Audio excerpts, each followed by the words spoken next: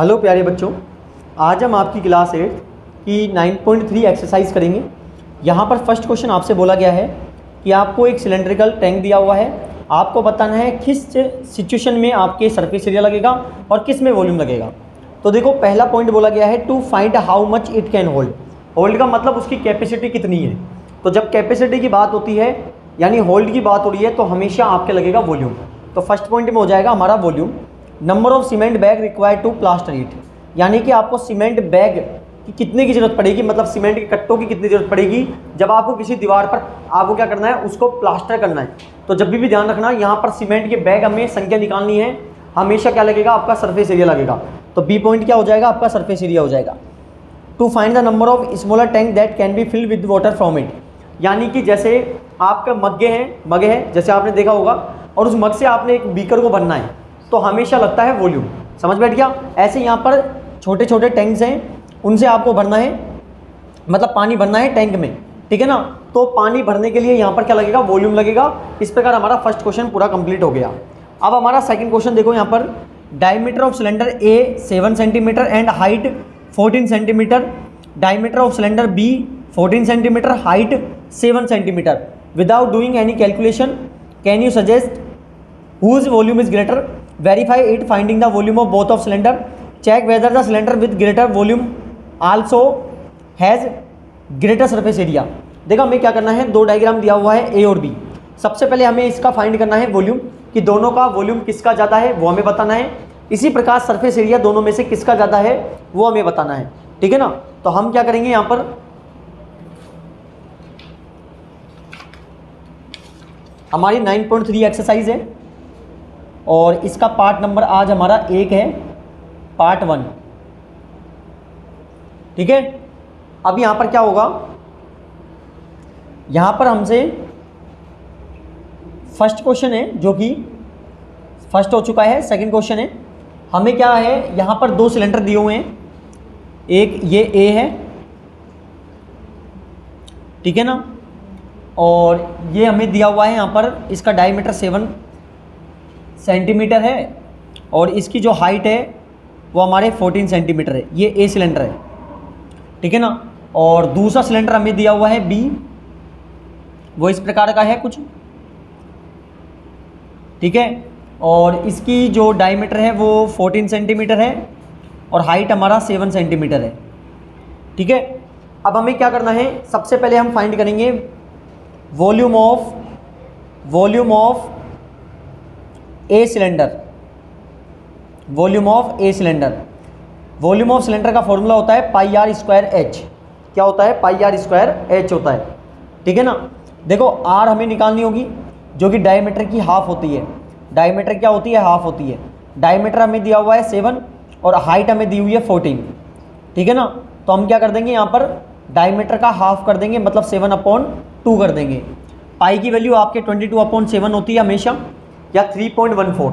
3.14 तब लगाओगे जब आपको बुक में दिया होगा, बाकी 22/7 होगा। इंटू आर कितना है, 7/2 स्क्वायर, मतलब 2 बार मल्टीप्लाई कर देंगे। और एच कितना है, 14 है। 7 से 7 काट देंगे, 2 से कट जाएगा 11 टाइम और 2 से कट जाएगा 7 टाइम। अब यहाँ पर हम क्या करेंगे, 11 को मल्टीप्लाई 7 से और 7 से करेंगे, यानी 77 हो गया। और 77 को आप क्या करोगे, 7 से मल्टीप्लाई करोगे तो आपके पास आएगा 539 सेंटीमीटर क्यूब। क्यूब क्यों लगाएंगे, क्योंकि वॉल्यूम जब भी आप फाइंड करोगे तो पावर 3 लगाओगे आप यूनिट पर, ठीक है ना। अब इसी प्रकार हम फाइंड करेंगे वॉल्यूम ऑफ बी सिलेंडर। क्या फाइंड करेंगे, volume of B cylinder. Volume of B cylinder, देखो वॉल्यूम ऑफ सिलेंडर का फॉर्मूला क्या होता है, अभी देखा है हमने, पाई आर स्क्वायर एच, ठीक है ना। यहाँ पर देखो ये डायमीटर है, हाइट हमारी 7 है। अच्छा डायमीटर कितना है, यहाँ पर डायमीटर हमारे पास 14 सेंटीमीटर है और हाइट है 7 सेंटीमीटर। हमें आर चाहिए तो डायमीटर का हम क्या कर देंगे, आधा कर देंगे, यानी कितना हो जाएगा, 7 सेंटीमीटर हो जाएगा, ठीक है ना। अब क्या करेंगे, पाई की वैल्यू 22/7, आर कितना है 7 × 7 और एच कितना है 7 है, सॉरी हाइट भी 7 है। 7 से 7 कट गया। अब क्या कर देंगे, 22 को 7 से मल्टीप्लाई और फिर 7 से मल्टीप्लाई कर देंगे। तो आप मल्टीप्लाई करोगे तो यहाँ पर आ जाएगा आपका 1778 सेंटीमीटर क्यूब आ जाएगा। अच्छा क्वेश्चन में आपसे क्या बोला था, क्वेश्चन में यहाँ पूछा गया था आपसे कि बताइए कि वॉल्यूम जो सिलेंडर का है मतलब किसका ज़्यादा है, ग्रेटर किसका ज़्यादा है। तो यहाँ पर देखो हमने ए का निकाला और बी का निकाला। तो यहाँ पर देखो ए का तो आया 539 सेंटीमीटर क्यूब और बी का आया यहाँ पर 1078 सेंटीमीटर क्यूब। तो ज़्यादा किसका है यहाँ पर, बी वाले सिलेंडर का ग्रेटर वॉल्यूम है किसकी कंपैरिजन, ए के कंपैरिजन में, ठीक है ना। अब हमसे क्वेश्चन में क्या बोला था, अब सरफेस एरिया फाइंड करना है। अच्छा अब फाइंड करेंगे हम surface area of A cylinder. पहले ए सिलेंडर का सरफेस एरिया फाइंड करेंगे। अब देखो सरफेस एरिया की जब भी बात होगी इसका मतलब टोटल सरफेस लगेगा और उसका फॉर्मूला होता है 2πr/h+r। याद रखिएगा क्या होता है, 2πr/h+r। अच्छा यहाँ पर r हमने निकाला था, ए सिलेंडर का r कितना था, ए सिलेंडर का r था 7/2 और h कितना था 14।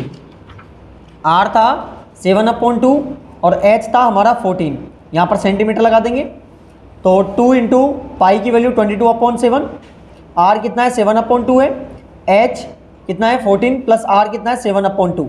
यहाँ पर 7 से 7 कट गया, 2 से 2 कट गया तो 22 इंटू एलसीएम ले लेंगे हम, 2 एलसीएम आएगा, नीचे 1 मान लेंगे और 1 का डिवाइड आप 2 में दोगे और 2 को 14 से मल्टीप्लाई करोगे 28, 2 का डिवाइड इसमें दोगे 1 और 1 को 7 से मल्टीप्लाई करोगे 7 आ जाएगा।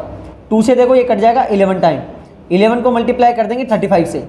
तो जब आप 11 को 35 से मल्टीप्लाई करोगे तो आपके पास आएगा 385 और जब भी एरिया फाइंड करोगे पावर क्या लगती है, 2 लगती है और वॉल्यूम में लगती है पावर 3, ठीक है ना। ये हमने निकाल दिया surface area of A cylinder.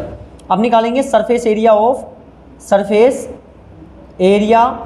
Of B cylinder.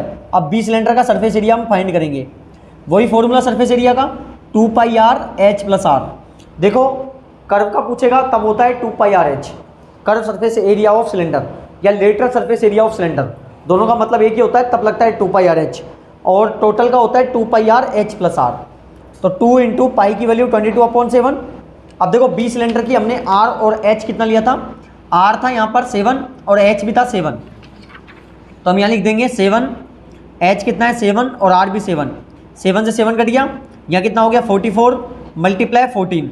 तो 44 मल्टीप्लाई 14 आप करोगे तो आपके पास आ जाएगा 616 सेंटीमीटर स्क्वायर, ठीक है ना।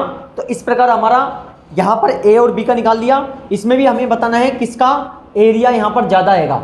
तो देखो ए का हमारे पास आ रहा है 385 और बी का आ रहा है हमारे पास 616। तो यहाँ पर किसका सरफेस एरिया ज़्यादा होगा, यहाँ पर बी का सरफेस एरिया ज़्यादा होगा, तो हमारा आंसर हो जाएगा बी, ठीक है ना। तो इस प्रकार हमने आपके क्वेश्चन नंबर 1 और 2 कंप्लीट कर लिए हैं और जो अब नेक्स्ट पार्ट है उसमें हम क्वेश्चन नंबर 3, 4 और 5 करेंगे, ठीक है ना। तो बहुत बहुत धन्यवाद। जिन्होंने चैनल को सब्सक्राइब नहीं किया है चैनल को सब्सक्राइब कर दें, लाइक करें और ज़्यादा वीडियो को शेयर करें।